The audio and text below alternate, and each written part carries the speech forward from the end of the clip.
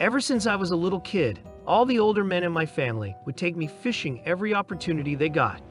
It was like some family ritual. I, being the youngest, meant that I was next in line to become an expert like all of them claimed to be. The ones who took it the most seriously were my dad and his brother Matthew. Our houses were decked out like the ones you've probably seen on fishing shows. I won't go into detail, but if you took a step into my house, you'd instantly be able to tell my parents spend more time on the water than on the land. This is actually his story, not mine. My dad's a pretty hard guy to scare, but let me tell you, whenever he tells the story, it's like he's a different person. He doesn't like talking about it. But every so often at a family gathering or a special occasion, one of my relatives will ask him to tell it, and he will. My dad's name is John. He was fishing with my Uncle Matthew and their close friends, Rich, Jeff, and Monty. They had set out early before the sun had even broken the horizon, heading to a remote spot they had all agreed was prime fishing territory. This place was a couple of hours boat ride from the nearest marina, tucked away in a secluded cove-type area that few bothered to explore. It was known among them for its abundant bass and the occasional pike. The day started like any other fishing trip, with the boat cutting smoothly through the mist rising off the water, everyone sharing stories and jokes over the hum of the engine. They anchored the boat in a familiar cove surrounded by dense forest. Monty was the first to crack open a beer. Even though it was so early in the morning, my dad tells me all the time that Monty is his wild friend, the one who tends to drink a little more than he should. They fished for hours, the only sounds being the occasional splash of a lure hitting the water and their own laughter, and the occasional crunch of empty beer cans that they were drinking like water. As the day wore on, they had their fair share of catches, each one sparking a small celebration. As dusk approached, the light began to wane, and a dense fog rolled in from the water. My dad describes it as the boat literally being swallowed by fog. Rich, who was the most experienced fisherman of the group, kept saying that he had never seen fog so thick. That's how unnatural it was. Jeff, the jester of the group, was almost as drunk as Monty, both of whom were seemingly unfazed by the fog that had ensnared them. It was starting to get dark. They had originally thought that they could just wait out the fog, but it didn't seem to be going anywhere. My dad and Rich agreed that Matthew should just try to drive the boat out of the cove and into the open ocean where the fog probably wouldn't be as dense. Matthew agreed, but even though he was typically the most cautious, he only narrowly avoided colliding with the shore. He refused to risk further damage to his prize boat. They reluctantly came to terms with the fact that they'd probably have to spend the night on the boat. My dad made the point that they'd need to tell their families about the situation, and of course, they had drifted into an area of the cove that had no signal. My dad needed to handle some business at work, so neglecting the problem was not an option.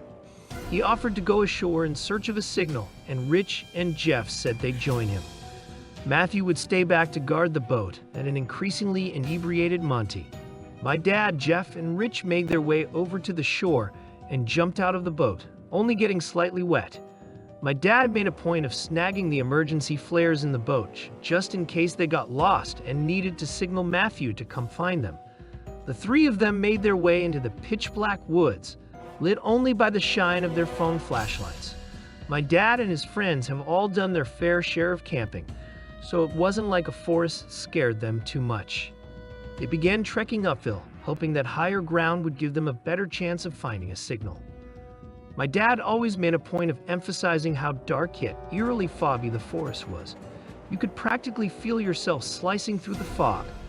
Just as they were adjusting to the dense atmosphere, a series of strange clicking noises began to permeate the silence, first emerging from directly in front of them, before encircling them completely. These sounds were unlike any forest sounds they were familiar with. It was rhythmic yet erratic, as if someone was tapping out a code meant only for the woods themselves. The distinctiveness of the noise made one thing clear: it was human-made. The realization that they weren't alone hit them like a freight train. Rich, the most seasoned of the trio when it came to outdoor survival, whispered urgently for them to turn off their flashlights. "Don't give away our position," he hissed with a note of genuine concern in his voice. As the lights switched off, the darkness became thicker than the fog. The clicking noises stopped abruptly, replaced by a silence that seemed to weigh on their chests. Time lost meaning as they stood there frozen, unsure of their next move. I'm sure they were all thinking the same thing, the idea that they might have stumbled upon some kind of clandestine gathering or a woods cult was terrifying.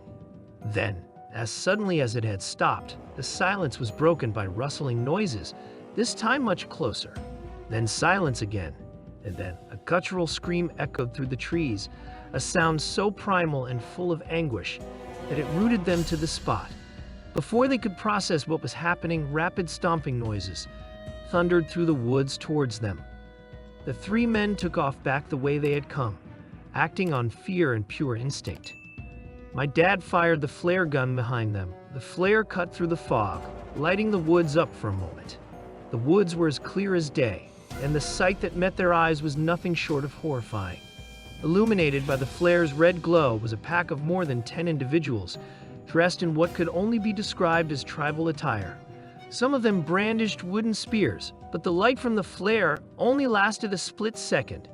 Jeff screamed and almost stumbled, but Rich quickly grabbed his arm to keep him upright. My dad describes this part as the most overwhelming feeling of pure terror he has ever experienced. The forest seemed to fight against them as they fled, ducking under branches and jumping over roots. By some miracle, they emerged from the tree line, panting and disoriented, but alive. They screamed at Matthew to start the engine, the urgency in their voices leaving no room for question. Matthew complied immediately, and the boat lurched forward just as their pursuers reached the shoreline. In the chaos, my dad fired the last flare into the air, back towards the shore. For a split second, as the flare's light pierced the fog, they saw their pursuers at the water's edge. It was freakish. There must have been at least 15 of them just standing motionless at the water's edge. The flare's light faded, and it was dark again. Matthew managed to get a safe distance away and stop the boat again.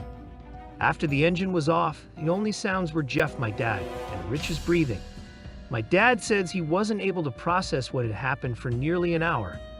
He was functioning off pure adrenaline and survival instincts. They ended up taking turns keeping watch while the others slept and left first thing in the morning as soon as the fog dissipated. Funnily enough, Monty had passed out before everything went down and doesn't remember any of the details of that night. I still get shivers down my spine when I tell this story. I can only imagine what my dad must feel when he thinks back to it.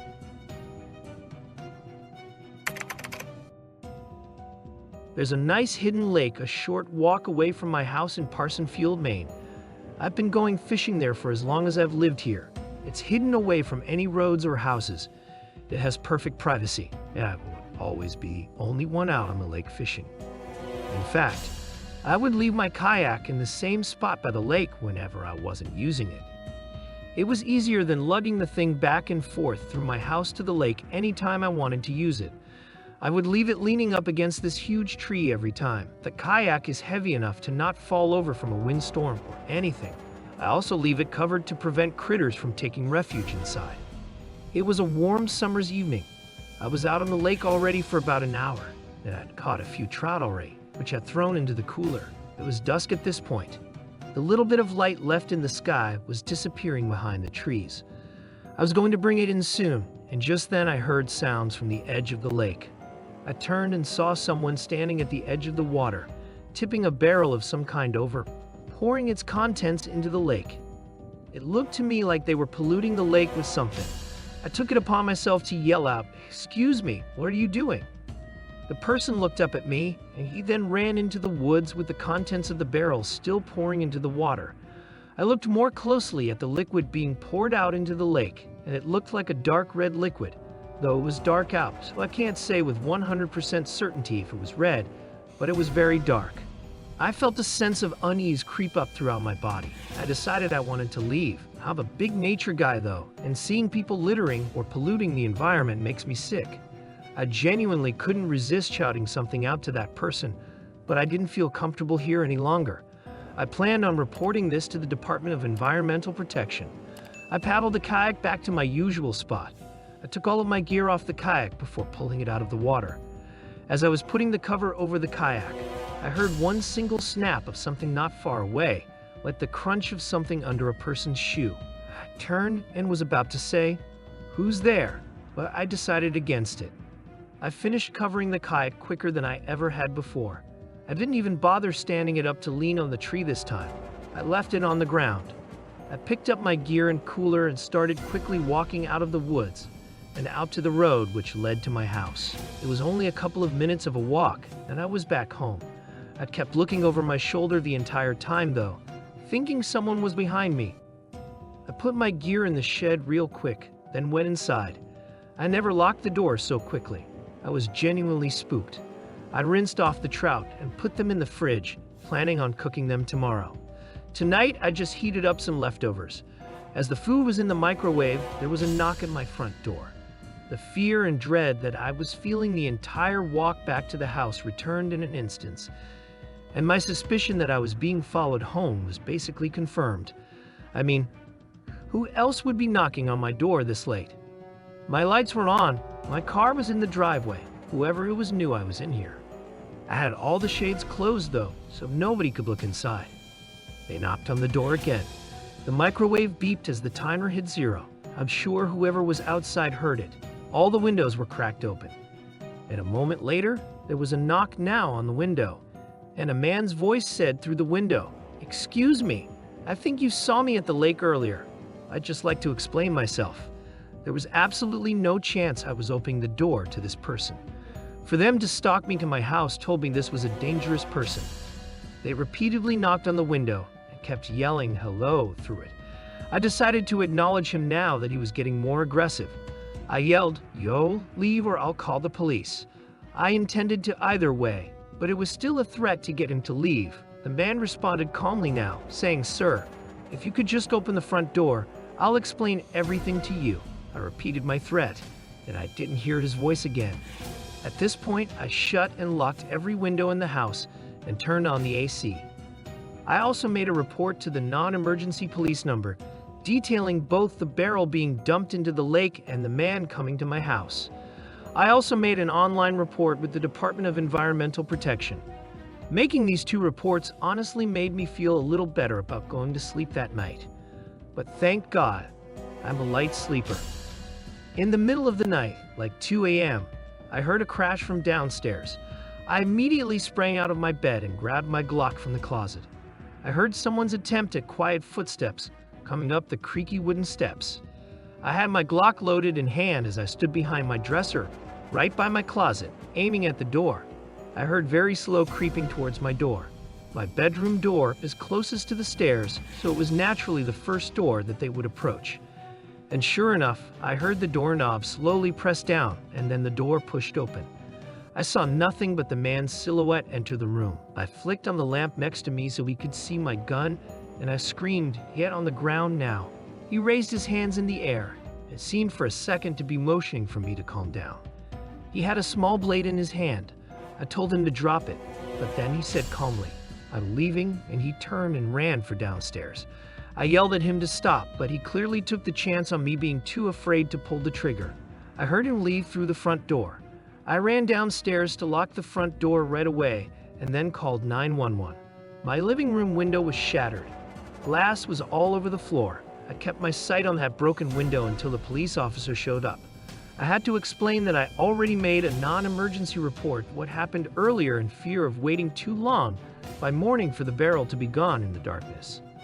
I went with 2 of the officers who showed up to my house to where I saw that man dumping the barrel into the lake, but after 20 minutes of walking around looking for it, it was gone.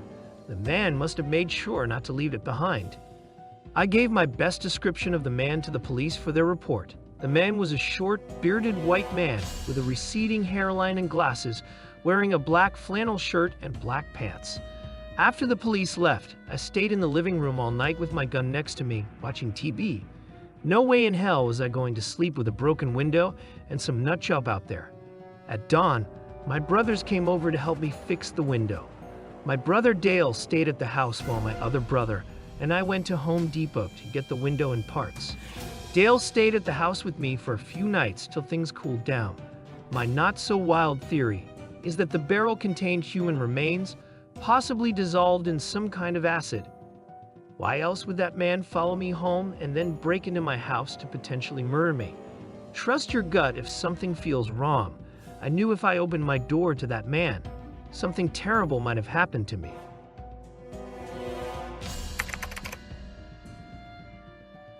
I've been fishing for as long as I can remember. I'm almost 60 years old now, and even though I've been fishing thousands of times, I can't think of any other way I'd rather spend the rest of my life. My kids are all off living their own lives, and things around the house are quiet now. You could hear a pin drop most of the time. Sometimes I miss the old days, being able to throw the pigskin around with my boys in the backyard. But some things just aren't in the game plan anymore. I usually fish with my pals from college, but more often than not, I found myself going at it alone, like a lone wolf. This was one of those times. I haven't stepped foot outside upstate New York in over 15 years. I don't see a reason to. We've got some of the best fishing lakes in the country, and I plan on making full use of them. It was mid-April in the early season, just after the ice out and before May hit. For whatever reason, I decided I wanted a more secluded spot this time around. So I chose a nondescript lake in the middle of nowhere that was pretty small. I drove up an hour before sunrise so that I could be out on the water when the sun poked through. I unstrapped my kayak from the roof of the car, made my way over to the lake. I rowed out to the middle of the lake and admired the beautiful early colors starting to paint the sky. It felt like home. You can bet your bottom dollar I would never trade a day like this for anything. It was a little chilly, but I've got skin like steel. I could tell the sun was just about to appear in the sky, so I started gearing up. I was shooting for a largemouth bass, so I made my way back to the outside edge of the weed beds, planning to move back toward the middle of the lake if I got skunked. I went for a 6-in-1/2 feet medium action spinning rod with 9 pounds monofilament line. I was using a wacky rig, which is a 4-in rubber stick worm, my go-to for catching largemouth. Just before I was about to start what would hopefully be a swell day on the water, I noticed something strange across the lake. I couldn't quite see what was going on, but I could tell that there was movement. At first, I thought it was a fellow fisherman, but curiosity got the better of me. I reached into my knapsack and pulled out my pair of binoculars I used for bird watching. I looked across the lake, and there were 3 figures wearing dark colors and hoods covering their faces. They looked like they were digging a hole or something on the edge of the lake. I kept watching. They finished their hole. And while I was expecting them to put something inside it, they actually did the opposite.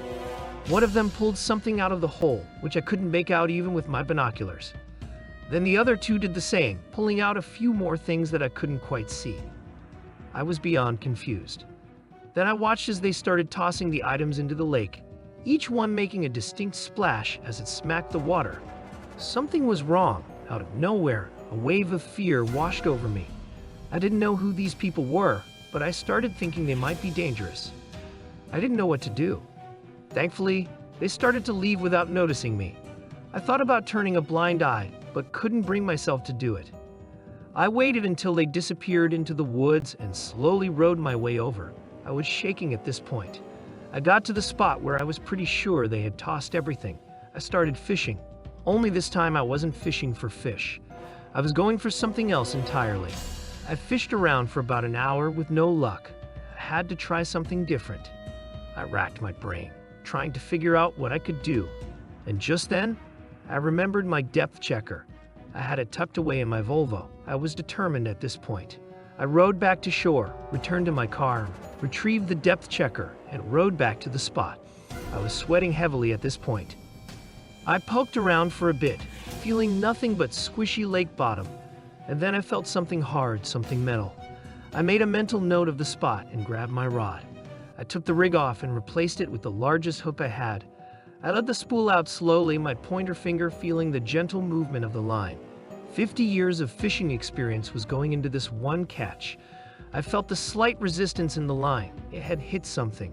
I moved the line around slowly, hoping I'd be able to snag it on whatever was down there. After about a minute, the line tugged a little harder than was normal. I was snagged. I reeled in slowly, careful not to drop my catch. What I pulled out of the water had me shivering in my boots. I stared at the black 9mm on the end of my line.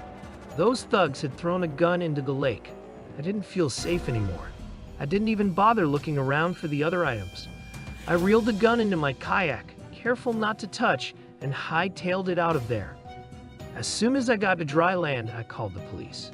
They launched a full investigation and recovered several more unsettling things from the lake. I insisted on watching them conduct their search because I needed to know what was at the bottom of that lake. They found a keychain with like 7 keys on it and a bunch of old foreign coins from different countries wrapped in a cloth. The most eerie thing they found, though, was a locket. It was waterlogged, so the pictures inside were faded and unintelligible. The police told me they'd contact me if they ever connected these dots to some kind of crime. They never called me, though, but the story didn't end there. One night, I don't remember how many days after this incident, I heard someone in my front yard say, "That was the car. I know it." And then people snooping around my yard. They never rang the bell or knocked on the door, but I heard multiple people circling my house. And then they just left. I have no idea if they were the same people, and if they were, I have no idea if I'm being watched anytime I leave my house.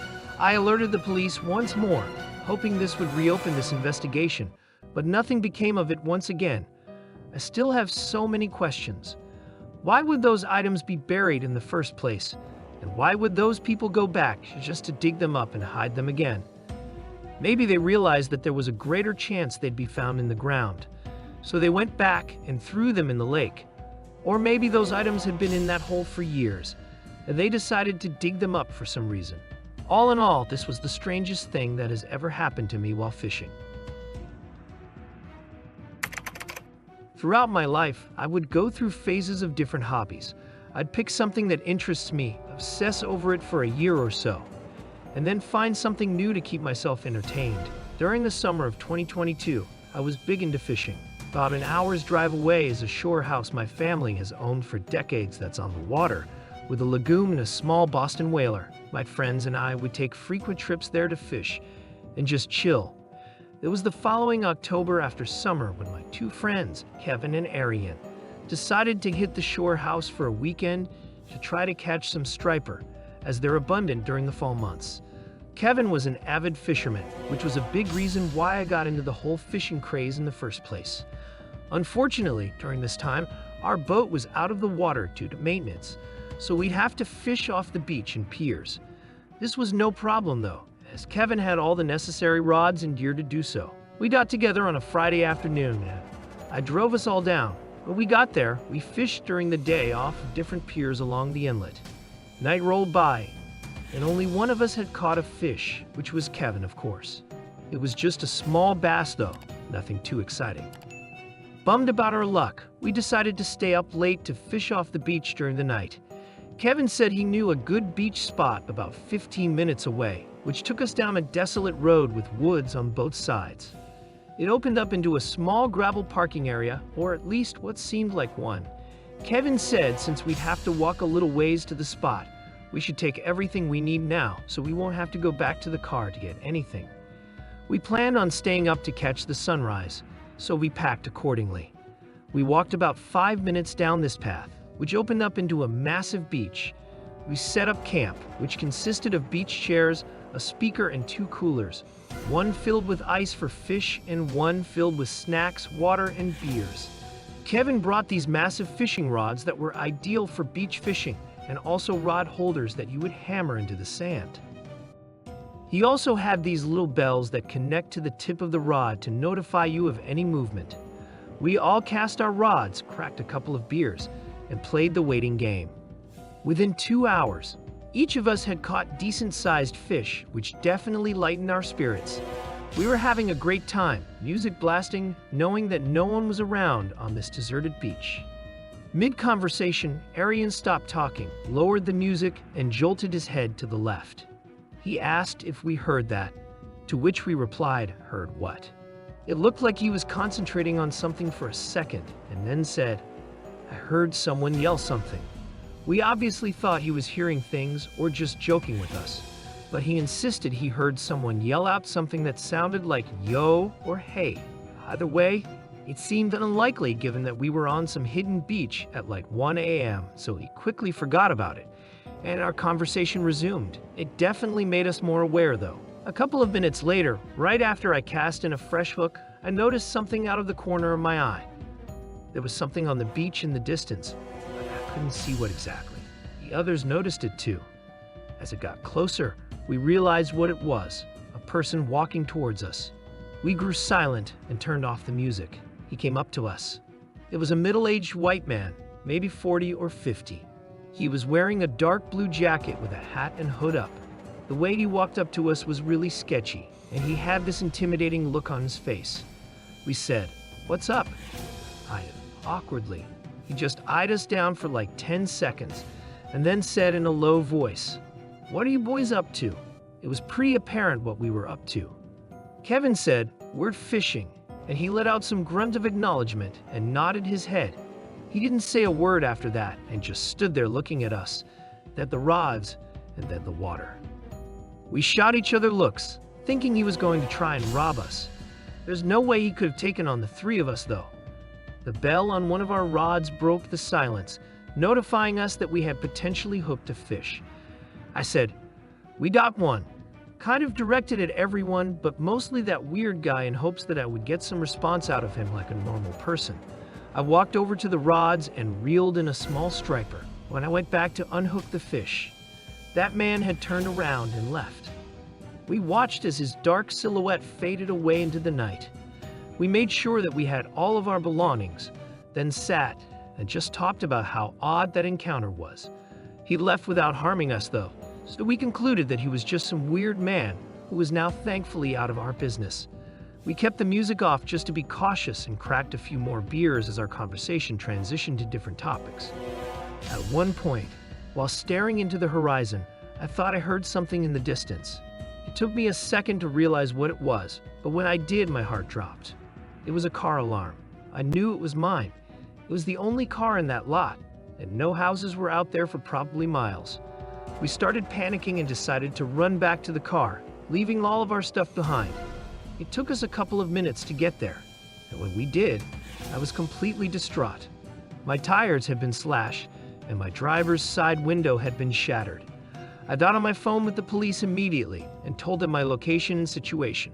The operator asked if I knew who may have done it, and we said some sketchy guy came up to us as we were fishing. She asked if I knew where he went, and I said no. Just as I said this, we heard rustling in the woods around us. My heart rose into my throat. I felt trapped. We frantically ran like 200 yards down the road and hid in the trees. I told the operator this, and she said to stay hidden and keep quiet. Within 10 minutes, we saw 2 cop cars speed up with their lights on. We ran back to the car, saw 3 officers searching the area. Multiple things had been stolen, including my wallet, some cash that was in the glove box, and the remainder of Kevin's fishing gear. They'd found a large knife lying on the ground nearby, which they took for fingerprints and evidence. I told them the whole story, with my adrenaline still pumping. They said we were smart to run away and hide, as it's very likely this man meant us harm. Those words made me appreciate my life so much more. The officers made us feel safe and were nice enough to help us pack up the equipment and carry it back. They took down our information and gave us a ride back to the house. We stayed up all night reflecting on what had just happened. That morning, Arian got us a ride up north, and I picked up my car from the shop a few days later. To this day, this is by far the most frightening experience I've ever had. What was supposed to be a normal fishing trip became a terrifying ordeal that cost me hundreds of dollars worth of damages.